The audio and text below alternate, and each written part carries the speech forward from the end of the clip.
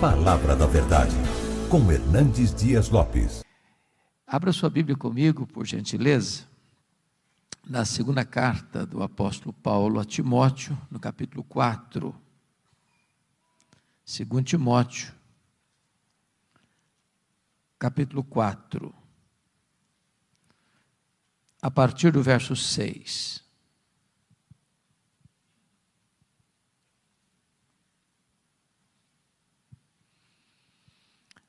Todos vocês sabem que das 13 cartas que Paulo escreveu, esta é a última carta. E Paulo escreve esta carta da sua segunda prisão em Roma. Ele escreve essa carta na masmorra mamertina, uma prisão insalubre, escura, fétida, de onde as pessoas saíam leprosas ou para o martírio. Paulo escreve essa carta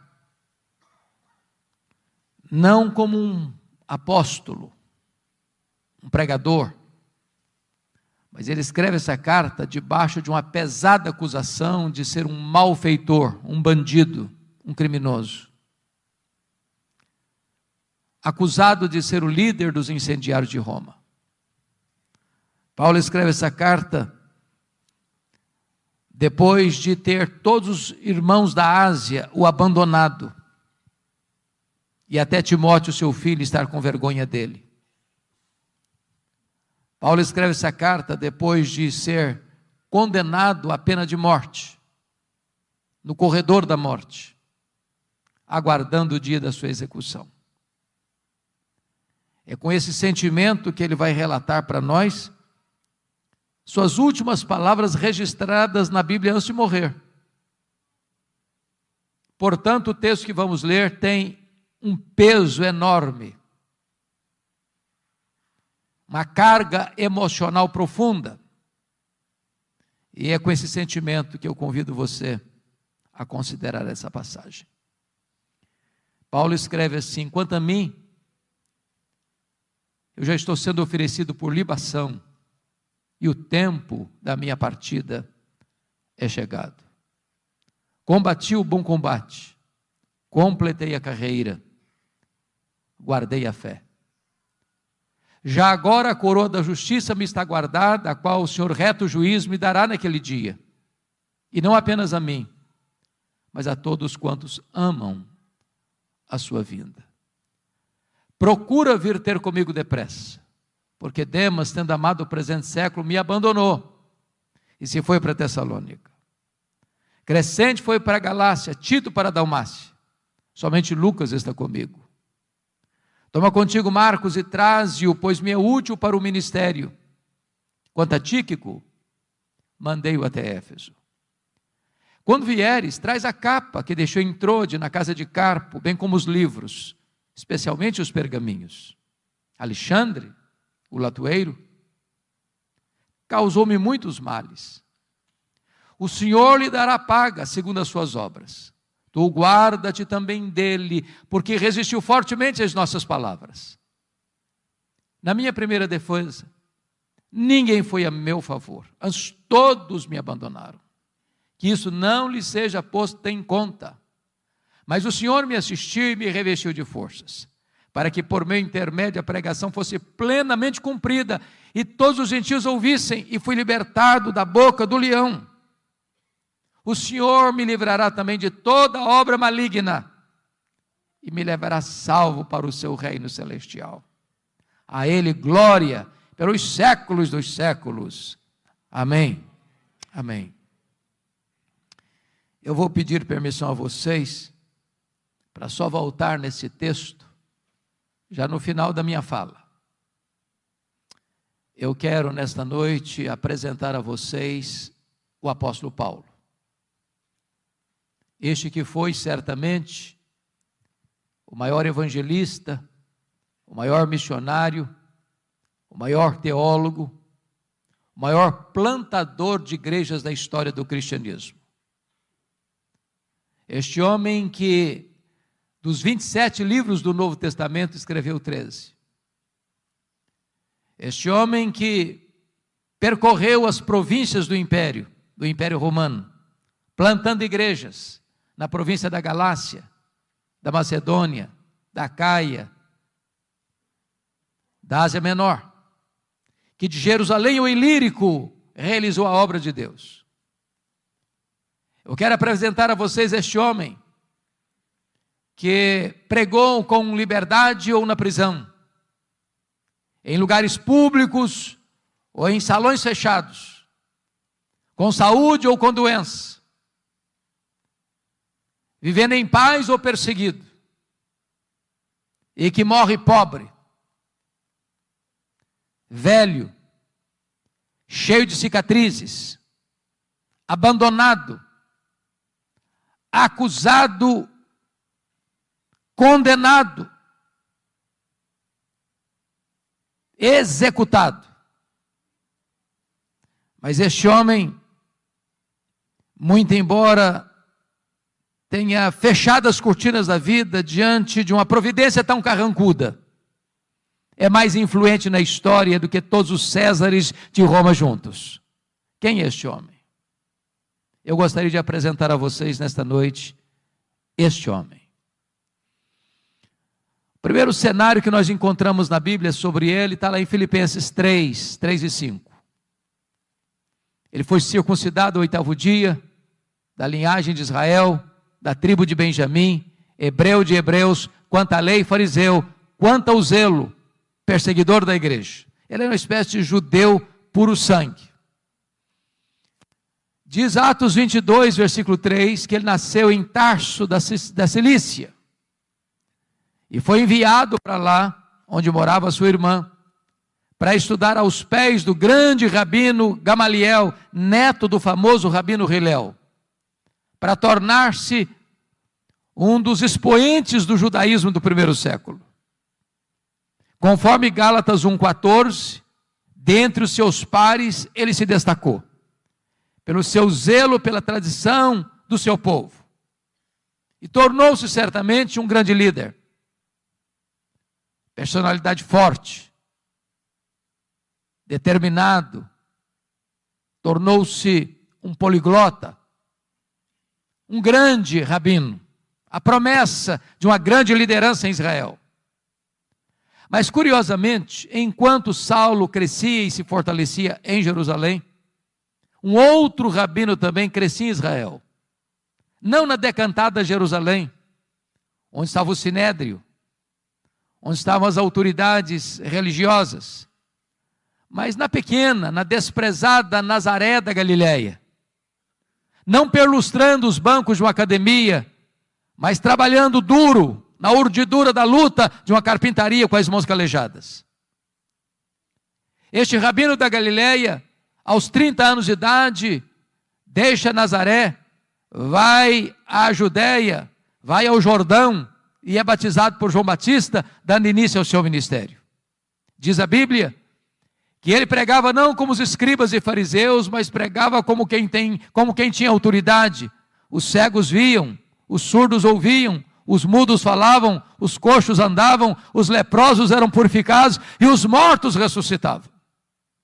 Porém, o Sinédrio, maiormente os fariseus e os escribas, começaram a vigiá-lo, a persegui-lo, a buscar uma ocasião para pregá-lo no contrapé, para acusá-lo. E chegou um momento em que as autoridades de Israel resolveram prendê-lo à traição e matá-lo. Contrataram testemunhas falsas para acusá-lo.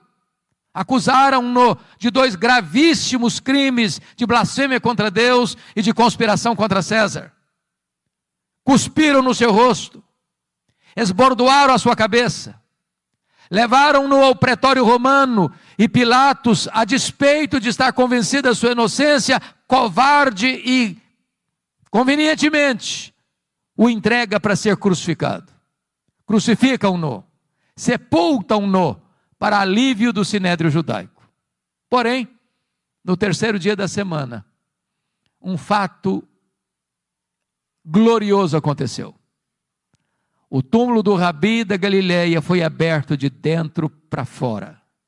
E ele entrou nas entranhas da morte, arrancou o aguilhão da morte, matou a morte e ressuscitou, inaugurando a imortalidade. Isso foi uma bomba no arraial do inimigo. Então contrataram Saulo de Tarso como braço de ferro do Sinédrio para perseguir de forma implacável a igreja que estava nascendo. E este personagem, Saulo de Tarso, é reconhecido no Novo Testamento por 2 retratos. Primeiro, ele era uma fera selvagem. Se não, vejamos. Atos 9:1 diz que ele respirava ameaças e morte contra os discípulos. E esta palavra é a mesma na língua grega para uma fera selvagem que salta sobre a sua presa para destruí-la. Ele era uma fera selvagem. Aliás, diz o texto lá em 1 Timóteo 1,13 que ele era um perseguidor, blasfemo e insolente. 1 Coríntios 15:9 diz que ele se sentiu o menor dos apóstolos porque ele perseguiu a igreja de Deus. Atos 8:3 diz que ele não respeitava domicílio doméstico, ele entrava nas casas e arrastava homens e mulheres para encerrá-los em prisões, e assim ele assolava a igreja de Deus. Gálatas 1,13 diz que ele devastava a igreja de Deus. Mas Atos 9, versículo 21, diz que ele não apenas assolava a igreja de Deus, não só ele devastava a igreja de Deus, mas está escrito lá em Atos 9, 21, que ele exterminava aqueles que professavam o nome de Jesus. E vocês bem sabem que exterminar não é prender, exterminar não é bater, exterminar é matar. Saulo era um assassino, Saulo era truculento, Saulo era uma fera selvagem. Mas isso fica ainda mais claro quando você olha Atos 22:4, que diz que ele perseguiu o caminho até a morte. E notem vocês que ele não persegue apenas os crentes, ele persegue a religião dos crentes, ele persegue o caminho, com fúria assassina. Mas Atos 26, versículo 9, diz que ele entendia que devia fazer muitas coisas contra o nome de Jesus. Em outras palavras, ele não perseguia apenas os crentes, ele não perseguia apenas a religião dos crentes, ele perseguia o Deus dos crentes, ele perseguia Jesus. Mas Atos 26:10 diz que ele encerrou muitos, não poucos, não alguns, mas muitos dos santos em prisões, e contra esses muitos ele dava o seu voto quando os matavam. Ele não mandou matar pouca gente não, muita gente, muitos discípulos. Ele era um serial killer, ele era um assassino em série, ele era um homem bárbaro, ele era um sanguinário, ele era uma fera selvagem. Mas Atos 26:11 disse que por todas as sinagogas ele perseguia os cristãos, forçando-os a blasfemar. E até por cidades estranhas ele os perseguia. Agora notem vocês que Saulo não perseguia os crentes apenas fisicamente, perseguia-os também psicologicamente. Ele entrava numa sinagoga e dizia para os crentes assim: ou você nega Jesus ou eu te prendo, ou você nega Jesus ou eu te bato, ou você nega Jesus ou eu te mato. Ele era uma fera selvagem. Mas o Novo Testamento nos apresenta um segundo quadro deste homem. Ele não era apenas uma fera selvagem, ele era um touro indomável. Esta figura está lá em Atos 26:14. Quando o próprio Senhor Jesus Cristo aparece para ele no caminho de Damasco, quando ele furiosamente marchava para Damasco para prender os cristãos, e o Senhor disse para ele: Saulo, Saulo, por que me persegues? Dura coisa te é recalcitrares contra os aguilhões. Eu fui criado na região rural, e eu vi, pastor Lutero, muitas vezes alguém amansando um boi para o trabalho doméstico. E o principal instrumento para se amansar um boi bravo e torná-lo dócil e útil é o aguilhão. é o aguilhão. Às vezes, meus irmãos, nós temos a ideia de que o Espírito Santo só começou a trabalhar na vida de Saulo ali no caminho de Damasco. Isso não é um fato. Todas as vezes que Saulo entrava numa casa e arrastava homens e mulheres para a cadeia, todas as vezes que Saulo entrava numa sinagoga e forçava os crentes a blasfemarem, e esses crentes, em vez de blasfemarem, estavam dispostos a sofrer e a morrer por causa da sua fé, e Saulo mandava matar essa gente que negava ou que recusava-se a negar a Cristo, era o Espírito Santo ferroando esse touro bravo, era o Espírito Santo picando a consciência deste homem selvagem, mas ele não quer se curvar, ele não quer ser amansado, até o dia que, caminhando ele para Damasco, o domador de touro bravos brada desde as alturas e o joga ao chão, e diz: Saulo, Saulo, por que me persegues? Dura coisa te é recalcitrares contra os aguilhões. O touro bravo está caído, o touro bravo está vencido, o maior perseguidor do cristianismo está convertido. Encerra-se aqui o primeiro capítulo da sua vida, abre-se um novo capítulo na sua história, a preparação de Saulo para o ministério. Diz a Bíblia que ele ficou cego, e ele é levado aqui da estrada de Damasco para a rua direita, na casa de Judas, onde fica 3 dias cego, orando. E então o Senhor aparece a Ananias em uma visão, lá em Damasco, e diz: Ananias, vá à rua direita, na casa de Judas, e impõe as mãos sobre Saulo, ele está orando, para que ele recobre a sua visão. E Ananias responde: mas Senhor, eu tenho ouvido de tanta gente quantos males tem feito este homem aos teus santos em Jerusalém. E o Senhor diz: vai, porque ele é para mim um vaso escolhido. Eu enviarei para longe aos gentios, aos reis, ao seu próprio povo, e eu lhe mostrarei o quanto importa sofrer pelo meu nome. Diz a Escritura que Ananias foi, que Ananias impôs sobre ele as mãos, escamas como que caíram dos seus olhos, ele ficou cheio do Espírito Santo, e ele se levantou, e ele foi batizado. Agora eu peço que você abra sua Bíblia comigo, por favor, em Atos 9:20.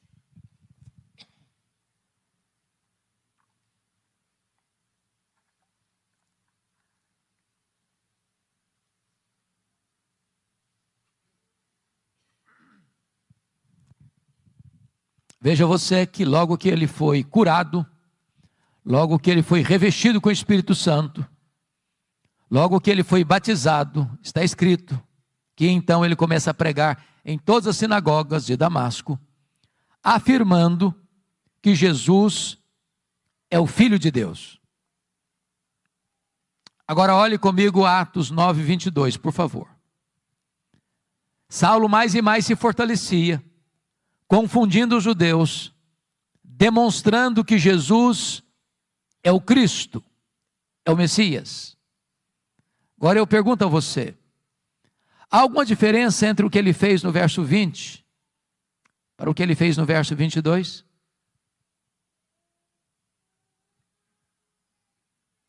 No verso 20 ele afirma que Jesus é o Filho de Deus. No verso 22 ele demonstra que Jesus é o Cristo, o Messias. Há uma profunda diferença. Demonstrar é provar uma tese detalhada, meticulosa e exaustivamente. A pergunta é: quanto tempo durou entre o que ele fez no verso 20 para o que ele fez no verso 22? Atos não responde esta pergunta. Dr. Ray Stedman, de quem falávamos agora há pouco, disse que há um intervalo aqui do verso 20 para o verso 22 de 3 anos. E onde Paulo esteve nesses 3 anos? Diz a Bíblia lá em Gálatas, capítulo 1, a partir do verso 13, que logo que ele foi convertido em Damasco, ele não subiu para Jerusalém onde estavam os apóstolos, mas ele foi para a região da Arábia, e lá ele ficou 3 anos, Após o que ele retorna outra vez para Damasco. E a pergunta é: o que ele ficou fazendo 3 anos na Arábia? E a resposta é: um seminário intensivo com o Senhor Jesus. Se Jesus investiu 3 anos nos apóstolos em Israel, Jesus investe 3 anos em Saulo na Arábia. As doutrinas que ele aprendeu na Arábia não foram como as doutrinas que ele aprendeu no judaísmo aos pés de um mestre humano, mas foi por revelação do próprio Senhor Jesus. Certamente nesses 3 anos ele releu e releu e releu o Antigo Testamento e descobre uma coisa: aquele Jesus que ele estava perseguindo era de fato o Messias. E então, convencido dessa verdade, diz Gálatas 1,18, que ele retorna outra vez para Damasco, e aí que se encaixa Atos 9,22, Saulo mais e mais se fortalecia, confundindo os judeus, provando, demonstrando que Jesus é o Messias, que Jesus é o Cristo. O que acontece com ele? Os judeus de Damasco querem matá-lo. E ele precisa fugir de noite, de forma humilhante, dentro de um cesto, muralha abaixo. Para onde ele vai? Agora ele vai subir para Jerusalém. Então veja comigo aí Atos 9,26. Agora ele sobe para Jerusalém. E aqui, meus amados, eu quero levantar uma tese. Eu preciso muito da sua atenção para acompanhar o meu raciocínio, para você não perder o centro desta lição. Quando Saulo sobe aqui para Jerusalém, ele não está governado pela nova aliança, ele está governado pela velha aliança. A nova aliança é uma doutrina gloriosa, que o próprio Paulo vai ensinar na sua segunda carta aos Coríntios, a partir do capítulo 2, versículo 14, quando ele diz: graças, porém, a Deus, que em Cristo sempre nos conduz em triunfo, e por meio de nós manifesta a fragrância do seu conhecimento, tanto nos que são salvos como nos que se perdem, para esse cheiro de vida para a vida, para aqueles aroma para a morte. Mas quem, porém, é suficiente para essas coisas? E a pergunta fica no ar, sem resposta. E a resposta só chega no capítulo 3, versículos 4 e 5, quando ele diz: a nossa suficiência vem de Deus. Quando Moisés desceu do Monte Sinai, com as tábuas da lei, o povo disse para Moisés: tudo que o Senhor falou, nós faremos. E eu pergunto a vocês: fizeram? E a resposta é não. Por que não? Faltou sinceridade do povo? Não, faltou poder.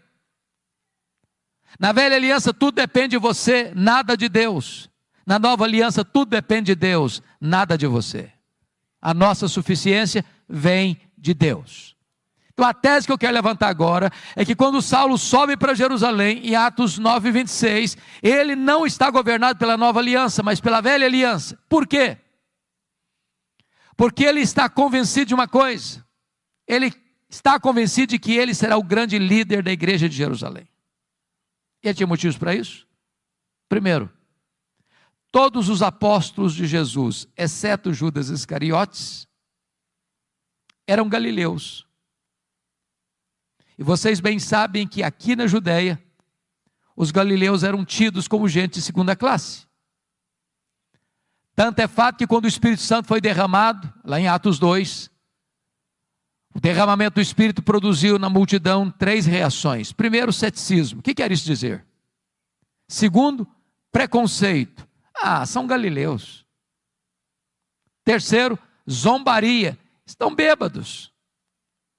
Saulo deve ter pensado assim: esses galileus aqui na Judéia, aqui em Jerusalém, não vão conseguir nada não. Segundo, os apóstolos do Senhor Jesus Cristo, além de galileus, eram iletrados. Jerusalém era a capital intelectual da teologia. Lá estavam os escribas, lá estavam os fariseus, lá estavam os saduceus, lá estavam os teólogos da época. E Saulo deve ter pensado: esses discípulos aí, além de galileus, são iletrados, eles não vão conseguir nada aqui em Jerusalém.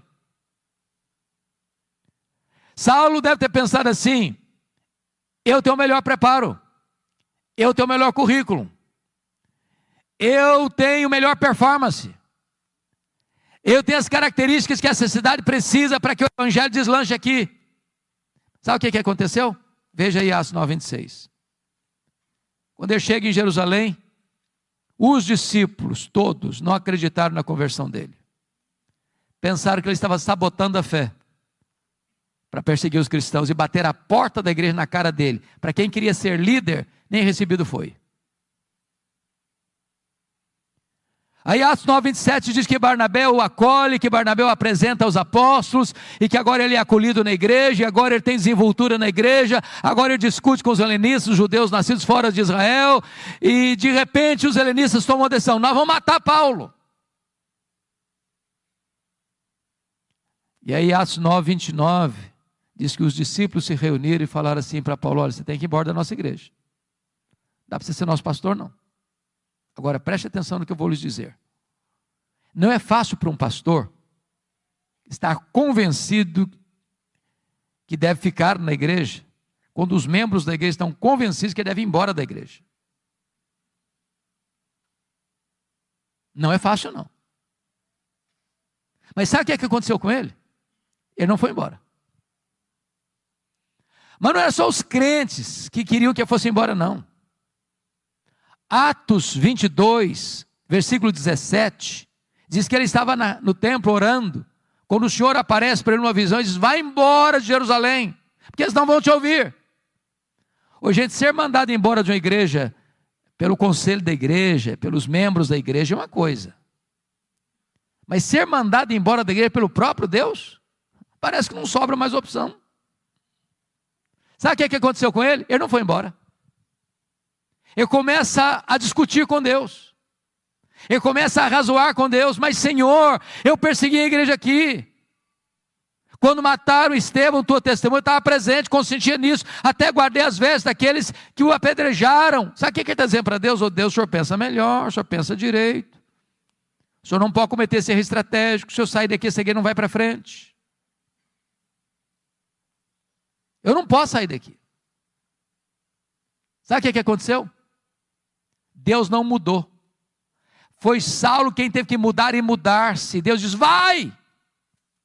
Sabe o que aconteceu com ele? Ele não foi. Foi não. Volta lá para Atos 9:30. Porque diz o texto que os discípulos se reuniram e o levaram até Cesareia. Preste atenção, ele não foi, ele foi levado. Ele não saiu, saíram com ele. Ele sai de Jerusalém como Ló saiu de Sodoma a reboque. Mas de Cesareia mandaram-no para onde? Para Tarso. E onde era Tarso? A cidade que ele nasceu. Sabe o que Deus está dizendo para esse cara que quer ser líder, que se acha insubstituível? Meu filho, se você pensa que eu preciso de você, você está muito enganado. É você que precisa de mim. Então faz uma coisa, arruma as malas e volta para casa. E sabe quanto tempo ele ficou no molho, no anonimato, longe dos holofotes? Mais de 10 anos. Sabe por quê? Porque tinha que aprender primeiro essa grande verdade: tudo depende de Deus, nada depende de mim. Mas o pior não tinha acontecido não. O pior é Atos 9:31. Diz que no dia que Saulo foi embora da igreja de Jerusalém, a igreja passou a ter paz e passou a crescer. Você quer coisa pior para um pastor do que isso? No dia que ele vai embora da igreja, todos os problemas da igreja se resolvem. E a igreja deslancha. Deus primeiro trabalha em nós, para depois Deus trabalhar através de nós. Tudo depende de Deus, nada depende de nós. Mais de 10 anos depois, explode um avivamento em Antioquia da Síria, terceira maior cidade do mundo. E a igreja de Jerusalém manda para lá o seu melhor pastor, Barnabé. Quando Barnabé chega lá e vê a graça de Deus prosperando, ele se alegra demais, lembrou-se de Saulo. E vai atrás de Saulo lá em Tarso. E o apanha e o leva para Antioquia. E durante um ano eles ensinaram uma multidão de discípulos.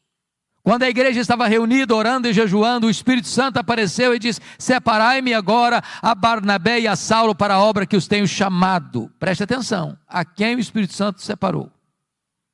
Não foi Saulo e Barnabé, foi Barnabé e Saulo. Você já foi reserva alguma vez? Já ficou na sombra de alguém alguma vez? Saulo não era o líder, ele era o liderado. Deus ainda estava trabalhando nele.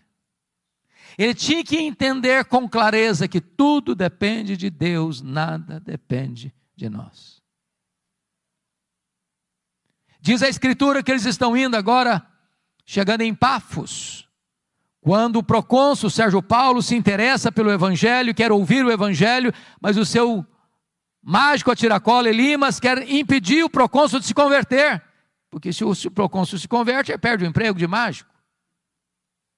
Era uma questão de interesse. Então diz a Bíblia que Saulo, também chamado Paulo, cheio do Espírito Santo, disse ao mágico: ó servo do diabo, até quando perverterás os retos caminhos de Deus? Pois ficarás cego. E o mágico fica cego, e os olhos do procônsul são abertos, e ele é convertido ao Senhor Jesus. E a partir dali, Saulo deixa de usar o seu nome judaico Saulo, para usar o seu nome romano Paulo, e a partir de então, ele se transforma no maior líder do cristianismo. Sabe por quê? Porque aprendeu que tudo depende de Deus, nada depende de nós. Atos 13:13 diz que ele chega em Perge da Panfilha. E em Perge da Panfilha, o jovem Marcos, ou João Marcos, ou Marcos, que era primo de Barnabé, abandona os dois missionários e volta para a casa da sua mãe em Jerusalém. É muito curioso isso, porque a Bíblia não diz por que o Marcos voltou para a casa da mãe dele. Nós poderíamos cogitar 3 possibilidades. Talvez uma delas seja a verdade dos fatos. Talvez a primeira fosse assim: bom, ele era muito moço, muito jovem. Empolgado, pensou que missões fosse turismo. Quando percebeu que não era turismo, ele se decepcionou e voltou. Pode ser, não sei. Talvez uma segunda possibilidade, que quando eles saíram de Antioquia da Síria, o líder da caravana era o primo dele, o Barnabé. Em Pafos, a liderança muda das mãos de Barnabé para Paulo. Ele deve ter pensado: sob a liderança do meu primo, eu tinha coragem de ir, na liderança do outro eu não vou não. Mas há uma terceira possibilidade, eu particularmente creio nessa terceira possibilidade. Está escrito em Gálatas 4, a partir do versículo 13, até o versículo 15, que Paulo pregou o evangelho pela primeira vez na Galácia, Antioquia da Pisídia, Icônio, Derbe e Listra, por causa de uma enfermidade física. Pergunta: que enfermidade física era essa? Talvez a mesma que Paulo se refere em 2 Coríntios 12:7, um espinho na carne, mensageiro de Satanás, para me esbofetear, a fim de que eu não me ensoberbeça. Então, notinha de rodapé: o espinho na carne de Paulo procedeu de Deus ou do diabo? E a resposta categórica é: procedeu de Deus. Como é que você sabe? Por causa do propósito, para que ele não se ensoberbecesse. Alguém tem dúvida que o diabo trabalha 24 horas para fazer da gente um balão, um pavão, uma bola de orgulho? Mas se o espinho na carne procedeu de Deus, como é que o diabo batia na cara dele com esse espinho? Porque esse é o papel do diabo. Quando a providência é carrancuda, o diabo chega sorrateiramente e pergunta assim: e aí, você não é crente? Você não está fazendo a obra de Deus? Você não é fiel a Deus? Está passando essa magrela toda, está doente, está sofrendo. Se Deus gostasse de você, se Deus se importasse com você, você não estava nessa. O diabo quer vender essa propaganda de que ser crente é viver numa estufa, blindado. O Senhor Jesus nunca prometeu que nós não teríamos aflições nessa vida. Ele prometeu estar conosco todos os dias até a consumação dos séculos. Dizem os estudiosos que essa região de perto da Panfilha, onde João Marcos abandonou os dois missionários, era uma região alagadiça, pantanosa, com forte incidência de malária. E é muito provável que Paulo contraia uma malária aqui, porque não consta que Paulo tenha saído doente de Antioquia da Síria, mas consta que ele chegou doente na Galácia. Antioquia da Pisídia, Icônio, Derbe e Listra.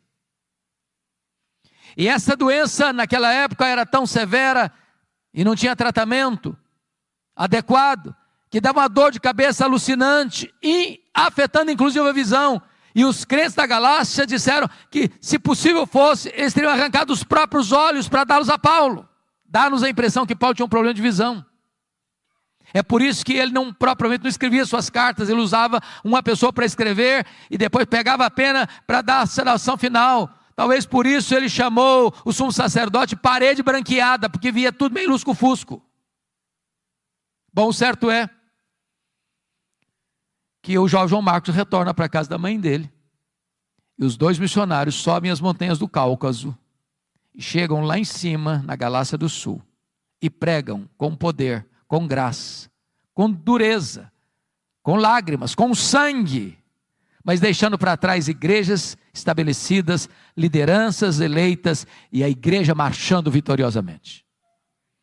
Agora eles retornam para a igreja base, a igreja de Antioquia da Síria, e observe comigo que está escrito aí em Atos 14, 26 e 27. Reunida a igreja, relataram quantas coisas fizera Deus, e como Deus abrira a porta do evangelho para os gentios. Preste atenção nisso. Há espaço para testemunho na igreja,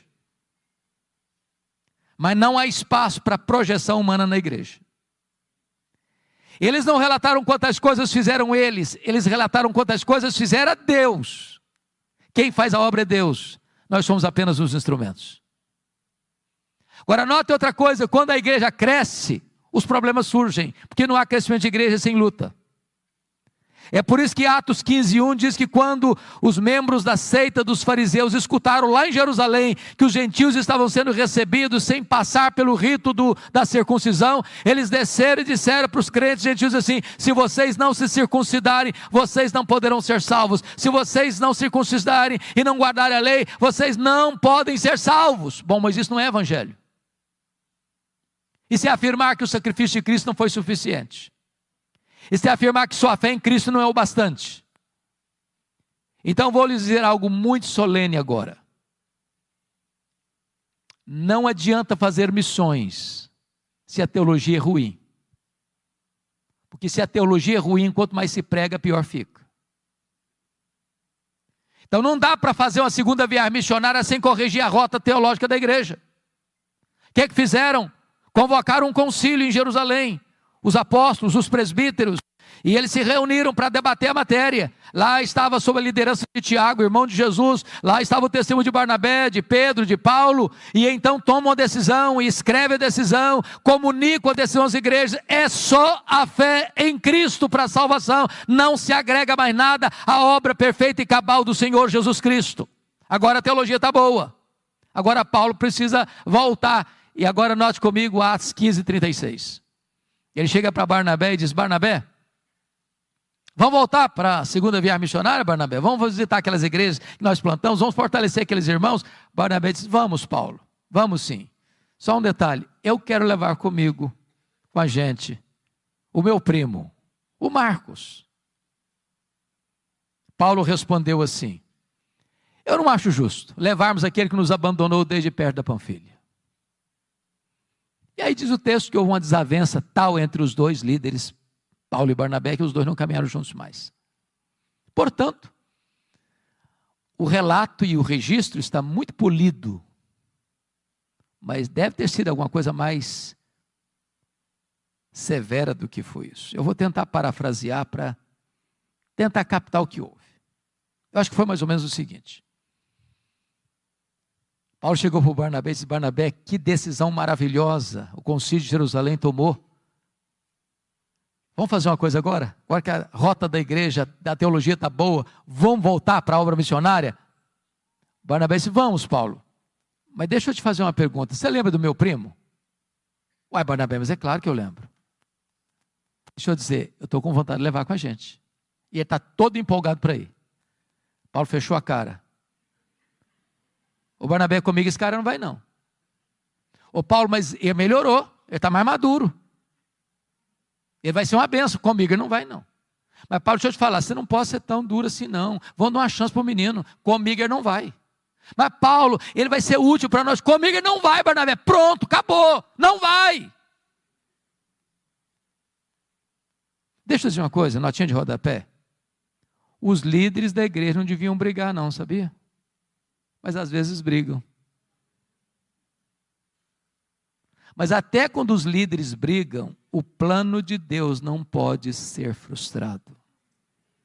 Porque agora, em vez de uma caravana, tem duas. Barnabé pega o Marcos e leva lá para Chipre. Paulo pega um profeta da igreja de Jerusalém, Silas, e vai para outra direção. Eu fico imaginando se não tivesse um Barnabé na vida do Marcos.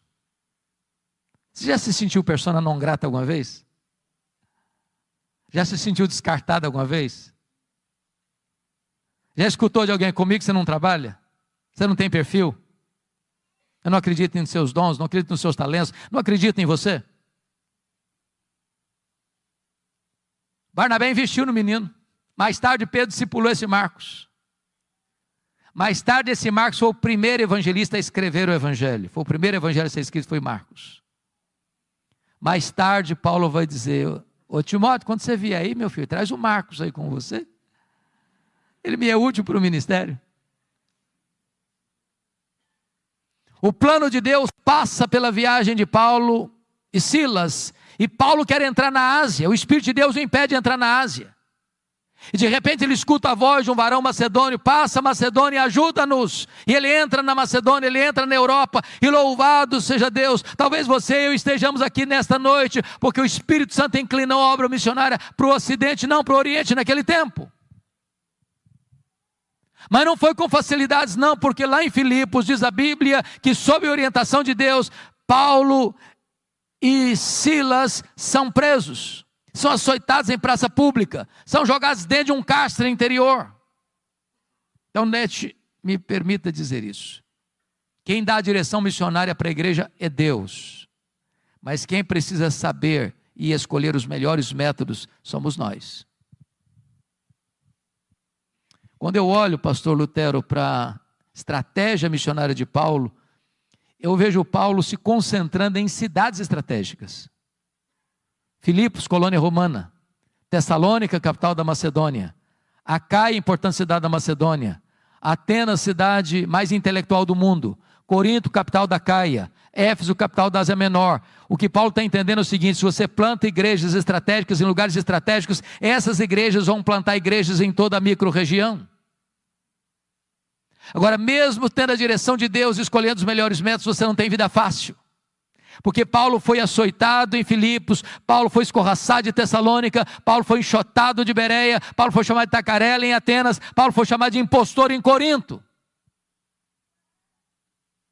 Ele vai para a terceira viagem missionária, dedicando-se 3 anos em Éfeso, e lá ele enfrenta feras, e ele diz que enfrentou lutas maiores que as suas forças. Mas notem, depois de 3 anos em Éfeso, onde ele experimenta um grande avivamento, e onde ele planta igrejas direto ou indiretamente em toda a província da Ásia Menor, como Esmirna, Pérgamo, Tiatira, Sardes, Filadélfia, Laodiceia, Colossos e Herápolis, agora ele está retornando para Jerusalém por uma razão. Vocês se lembram que havia uma profecia de Ágabo, relatada lá em Atos 11, de que haveria uma fome no mundo, no período do imperador Cláudio, que governou o Império Romano do ano 41 ao ano 54. Esta fome chegou. E Atos 18:2 diz que o imperador Cláudio expulsa os judeus que vivem em Roma. E diz Gálatas 2:10 que Paulo assume um compromisso com os líderes da igreja de Jerusalém, que ele iria para os gentios, mas ele não se esqueceria dos pobres. Em outras palavras, evangelização, obra missionária e socorro aos necessitados não são coisas que estão em conflito, mas caminham juntas. Então você vai notar, 2 Coríntios 8, 9, e também 1 Coríntios capítulo 16, e também Romanos 15, que Paulo está levantando uma coleta, uma oferta especial para os pobres da Judeia, nas igrejas gentílicas das províncias da Galácia, da Macedônia, da Acaia e da Ásia Menor. E ele está levando essas ofertas para Jerusalém. Quando ele chega e desembarca em Cesareia Marítima, Ágabo o prende com um cinto e diz: é isso que eles vão fazer com você lá em Jerusalém. Os discípulos tentam demovê-lo. Ele diz: vocês estão fazendo comigo? Eu estou pronto não só a ser preso em Jerusalém, eu estou pronto a morrer por Jesus em Jerusalém. E ele chega lá, e ele entrega as ofertas, e ele é preso. 40 judeus entram em voto de anátema, dizendo: nós não vamos comer, nós não vamos beber, enquanto nós não matarmos Paulo. A notícia vaza, chega o sobrinho de Paulo, ele vai e comunica a Paulo, que comunica ao comandante, e naquela mesma noite Paulo é trasladado de Jerusalém para Cesareia Marítima, onde ficava todo o aparato militar de Roma, e Paulo fica ali 2 anos sendo acusado pelos judeus, sob a égide dos governadores Félix e Festo. Agora preste atenção nisso. Com a mudança de governo de Félix para Festo, toda transição de governo é época de reivindicações. Então, o Sinédrio jeitosamente disse para o governador Festo: ô governador, esse preso aí está no fórum errado. O fórum dele não é Cesareia, é Jerusalém. Então, quem deve julgar esse homem não é o governador, não é uma questão política, não interessa a Roma isso, é uma questão puramente religiosa. Nós somos o fórum adequado, legítimo, onde ele deve ser julgado, mas queriam matar Paulo na estrada. Paulo percebe a traição e diz para o governador: eu sou cidadão romano, eu quero ser julgado diante de César. O governador diz: para César você quer ir? Para César você irá. Mas antes, Atos 23:11, diz que o próprio Senhor apareceu para Paulo em Jerusalém e disse: coragem, Paulo, assim como você deu testemunho aqui em Jerusalém, eu quero que você dê testemunho também em Roma. Paulo quer ir para Roma, Deus o quer em Roma, mas quando ele parte para ir para Roma, ele enfrenta um naufrágio. Você pode entender isso? Tinha 276 pessoas dentro daquele navio. O pânico, o medo tomou conta de todo mundo. 14 dias sem saber se era dia ou noite. Ninguém conseguia comer, era um pânico todo, a morte mostrava a carranca para eles.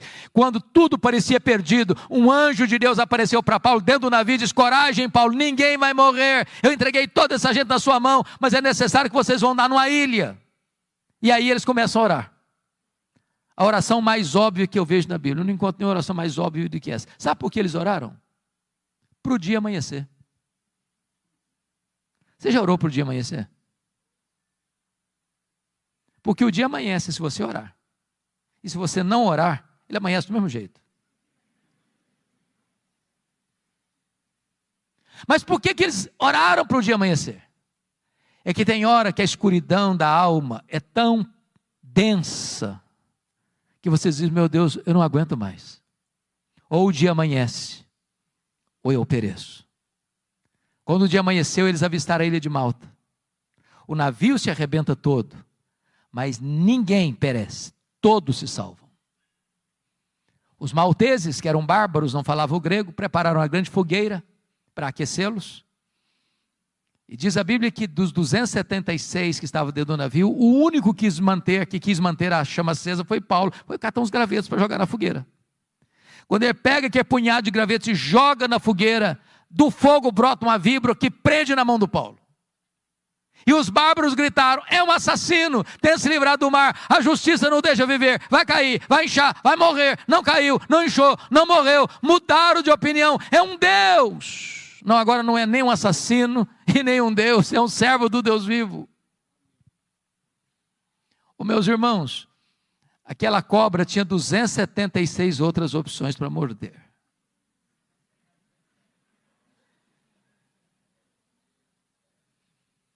Pois bem, agora Paulo fica os 3 meses de inverno pesado ali na ilha de Malta, porque era a providência de Deus. Sabe por quê?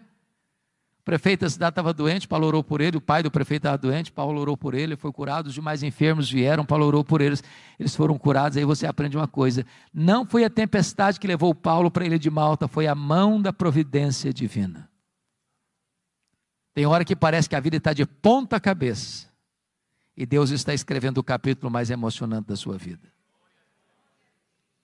Paulo chega em Roma não como gostaria de ter chegado.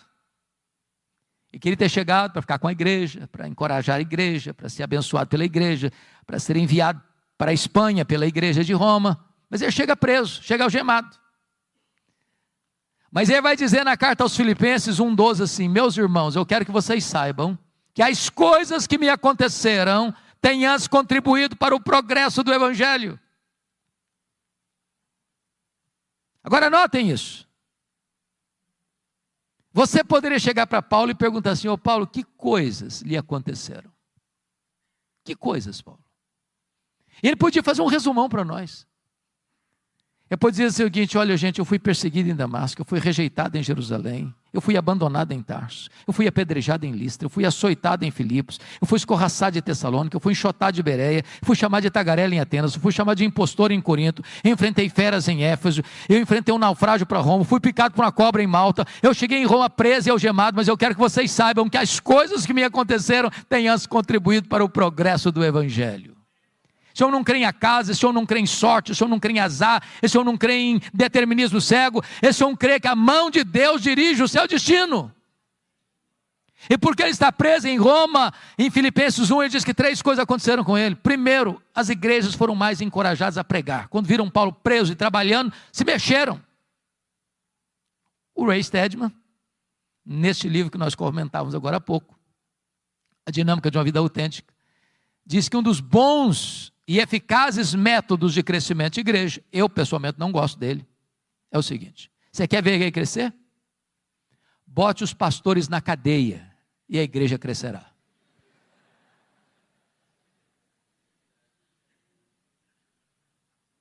Segundo, porque Paulo estava preso, dizer que toda a guarda pretoriana tomou conhecimento das suas cadeias em Cristo. E a pergunta é: o que era a guarda pretoriana?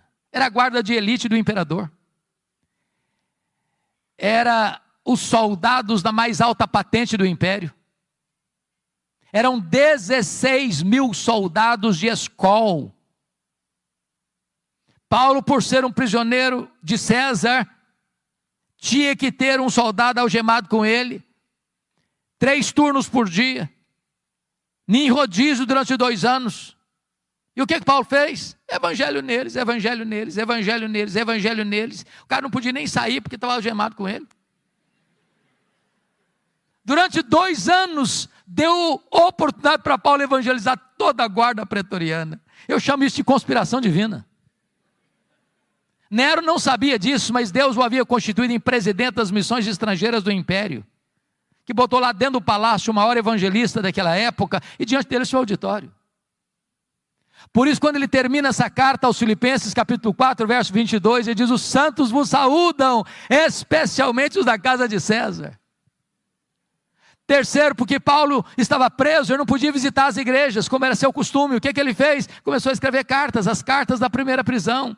Filipenses, Efésios, Filipenses, Colossenses, Filemon. Se Paulo estivesse solto, provavelmente nós não teríamos essas joias na nossa Bíblia. Então entenda uma coisa: quando as coisas parecem estar fora de controle na sua vida, Deus está no controle e está escrevendo o capítulo mais importante da sua vida. Dessa primeira prisão, Paulo orou para sair, pediu oração para sair, e de fato saiu.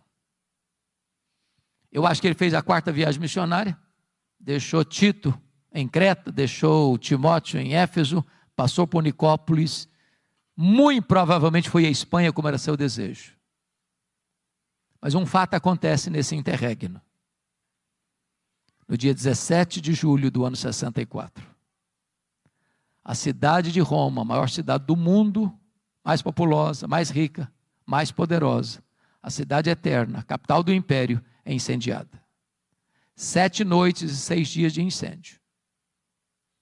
Quando o incêndio acabou, o imperador assistia o espetáculo horrendo da torre de Mecenas, vestido de ator, tangendo a sua lira. Ele encontra um bom álibi para botar a culpa do incêndio de Roma nos crentes. Porque dos 14 bairros de Roma, 10 foram devastados. Mas os 4 que sobraram eram densamente povoados por judeus e cristãos. Ele põe a culpa do incêndio de Roma nos cristãos. Começa um verdadeiro massacre. Faltou madeira para fazer cruz, tamanha quantidade de crentes crucificados. Quando não tinha mais madeira para fazer cruz, os crentes eram cobertos de piche, amarrados nos postes e queimados vivos para iluminar as noites de Roma. Paulo, a essas alturas, já era o maior líder do cristianismo. Começam a caçá-lo, até que botam a mão nele, talvez em Trode, na casa de Carpo.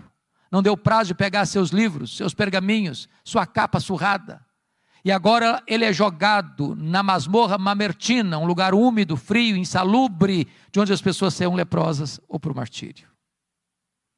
Pois é de dentro dessa masmorra que ele escreveu o 2 Timóteo. E agora eu peço que você abra lá no texto lido, para nós encerrarmos. A pergunta é, como é que esse homem se sente? Maior teólogo, maior pastor, maior evangelista, maior plantador de igrejas, velho, pobre, cheio de cicatrizes, dentro de uma masmorra, acusado, abandonado, condenado, no corredor da morte, aguardando o dia da sua execução. Como é que esse homem se sente?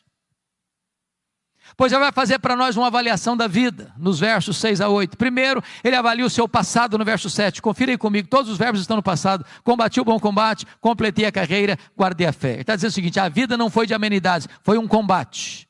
Eu não larguei a obra de Deus no meio do caminho, não. Eu completei a carreira, eu não negociei a verdade, nem transigi, nem com a minha consciência, não. Eu guardei a fé. Notem comigo no verso 6, que vai fazer uma avaliação do presente agora.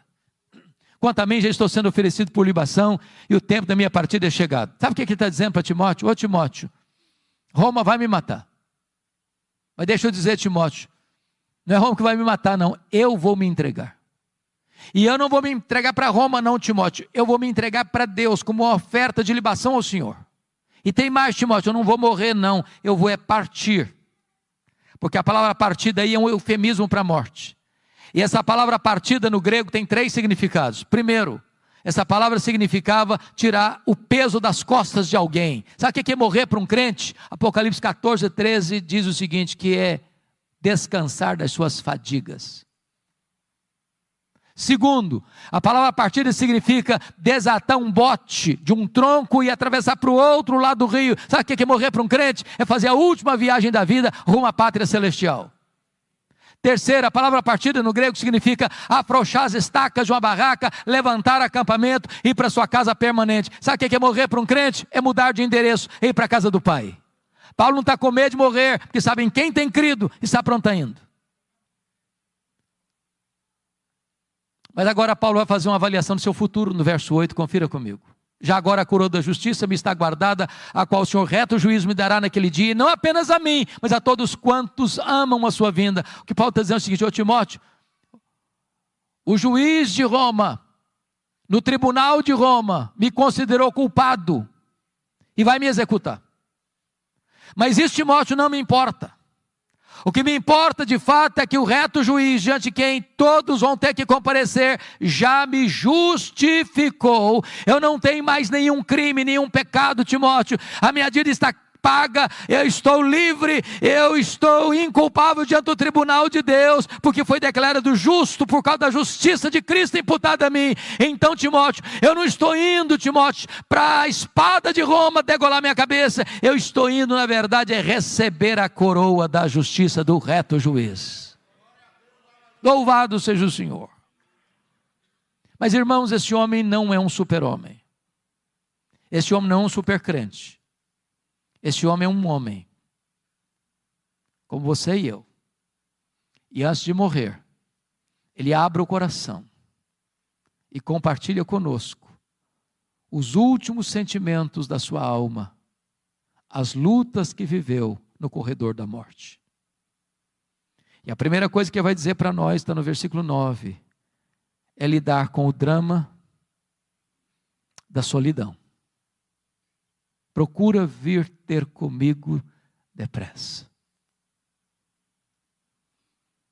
Versículo 21, venha meu filho antes do inverno. Este homem que investiu a vida em gente, no final da vida, não tem alguém para lhe dar um abraço.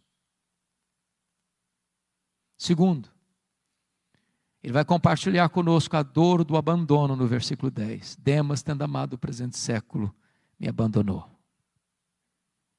Aquele que fez a obra de Deus com tanto zelo, com tanto vigor, que investiu a vida na vida de tanta gente, agora está vivendo o drama de ser abandonado na velhice, na hora que mais precisa de ajuda.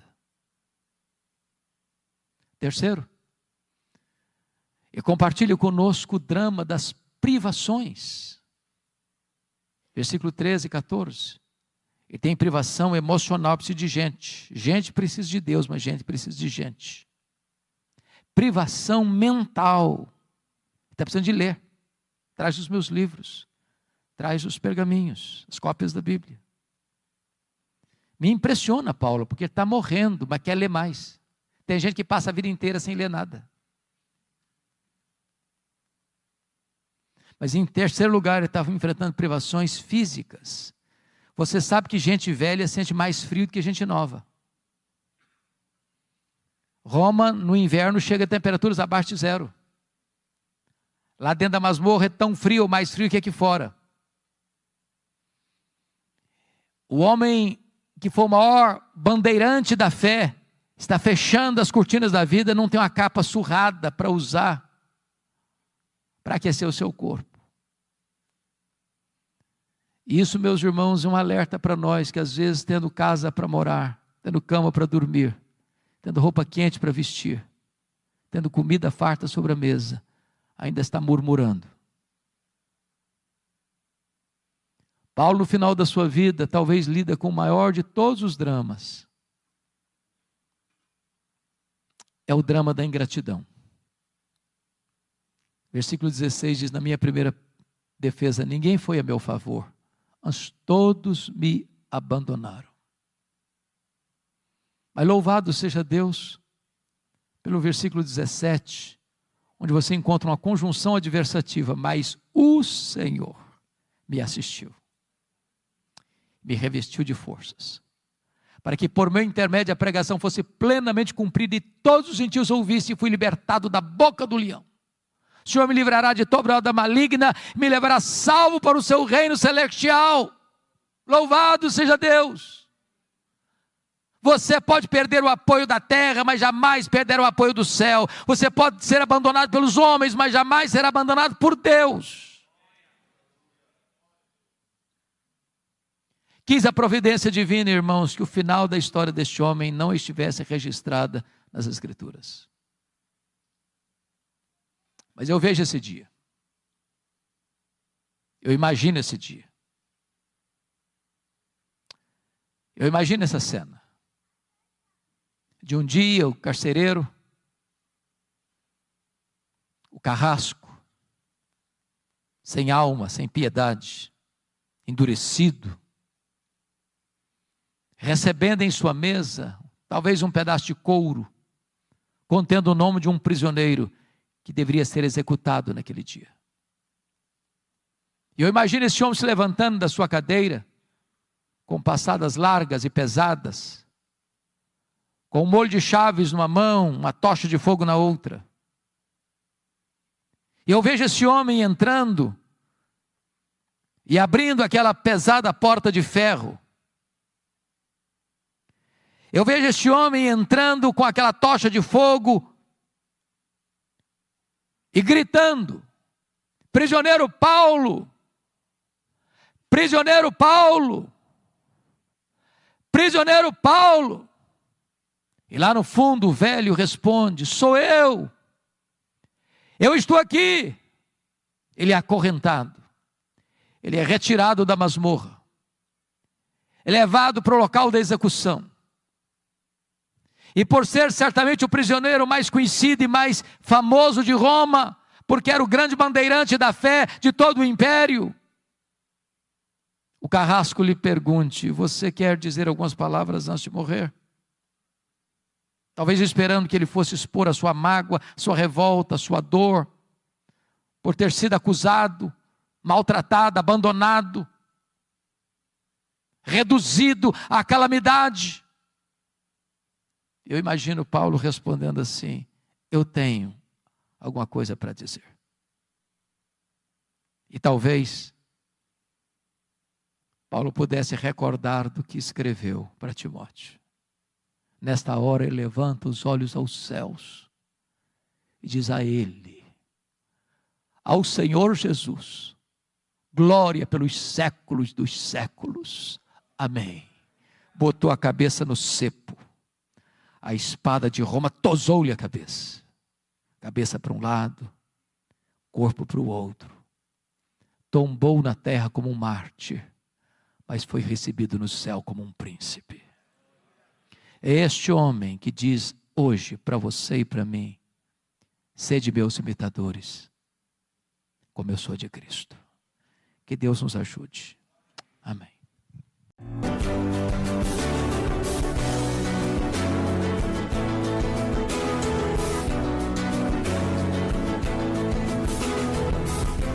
Palavra da Verdade, com Hernandes Dias Lopes.